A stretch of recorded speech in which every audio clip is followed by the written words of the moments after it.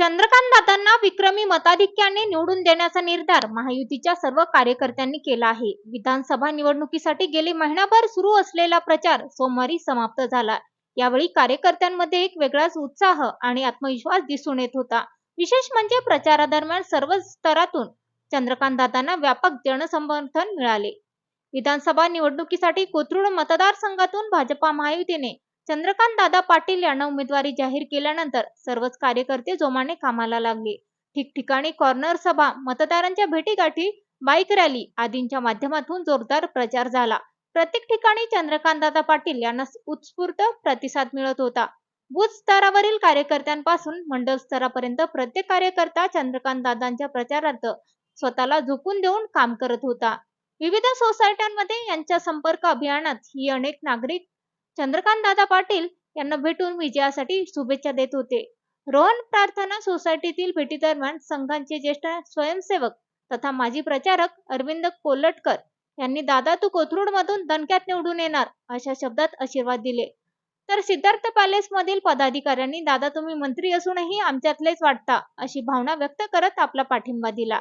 त्यासोबतच प्रचाराच्या समारोपाप्रसंगी कमीच कर्मचाऱ्यांनी चंद्रकांत दादांना जास्तीत जास्त मतदान करण्याची कमिटमेंट दिली. वस्ती भागातूनही चंद्रकांत दादांना उत्स्फूर्त प्रतिसाद मिळाल्याचं चित्र होतं. बाईक रॅली दरम्यान गणेश मंडळाकडून फटाक्यांची आतषबाजी, पुष्पवृष्टीनं जोरदार स्वागत करण्यात आलं. तर अनेक महिलांनी दादांचं आनंदाने औक्षण करून शुभेच्छा दिल्या.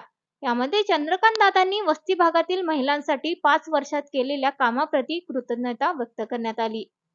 कोथरूड मतदारसंघात मुळशीकर नागरिक मोठ्या प्रमाणात वास्तव्याला असल्याने तसेच मुळशीचे सुपुत्र असलेल्या मुरलीधर मोहोळ यांना केंद्रात मंत्रिपदापर्यंत पोहोचवण्यासाठी चंद्रकांत दादा पाटील यांनी केलेल्या प्रयत्नांमुळे त्यांच्यासोबतच पालकमंत्री पदाच्या कार्यकाळात मुळशी तालुक्यातील विविध विकास कामांसाठी 535 कोटींचा निधी उपलब्ध करून दिल्याने मुळशीकरांनी आपली संपूर्ण ताकद दादांच्या पाठी उभी करण्याचा निर्धार मेळाव्यात व्यक्त केला.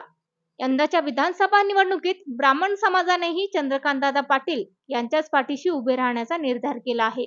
ब्राह्मण समाजासाठी परशुराम महामंडळाच्या स्थापनेचा निर्णय, डॉ. मेघाताई कुलकर्णी यांना राज्यसभेची संधी आणि चंद्रकांत दादांनी समाजातील विविध शाखांसाठी गेल्या 5 वर्षात लोकसहभागातून सरळ हाताने केलेली मदत आदींमुळे कोथरूड मधील ब्राह्मण समाज चंद्रकांत दादांच्या पाठीशी उभे राहण्याचा निर्णय घेतला आहे. बालभारती पौंड रस्त्यामुळे टेकडीवर जाणारे अनेक नागरिक संभ्रमात होते. त्यामुळे टेकडीवर जाणाऱ्या नागरिकांनी वोट फॉर टेकडीचा नारा दिला होता. त्यामुळे चंद्रकांत दादा पाटील यांनी स्वतः या राय टेकडीवर जाऊन नागरिकांशी संवाद साधला. तसेच कोर्टाचा निकाल रस्त्याच्या बाजूने असूनही पालकमंत्री पदाच्या कार्यकाळात बालभारती पौंड रस्त्याच्या कामाला स्थगिती दिल्याची माहिती दिली. त्यावर टेकडीवर जाणाऱ्या नागरिकांकडून आनंद व्यक्त करत दादांच्या पाठीशी राहण्याचा निर्धार व्यक्त केला. विशेष म्हणजे 10 जून 2024 रोजीच्या 65व्या वाढदिवसानिमित्त कोथरूडमधील टेकड्यांवर 65,000 वृक्ष संवर्धनाचा संकल्प प्रत्यक्षात उतरवल्याबद्दल समाधान व्यक्त केले.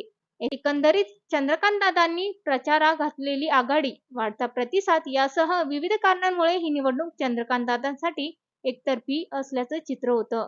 माध्यमांकडूनही करण्यात आलेल्या सर्वेक्षणातही चंद्रकांत दादा पाटील हे विक्रमी मतांनी विजय होतील असा अंदाज व्यक्त करण्यात येत आहे.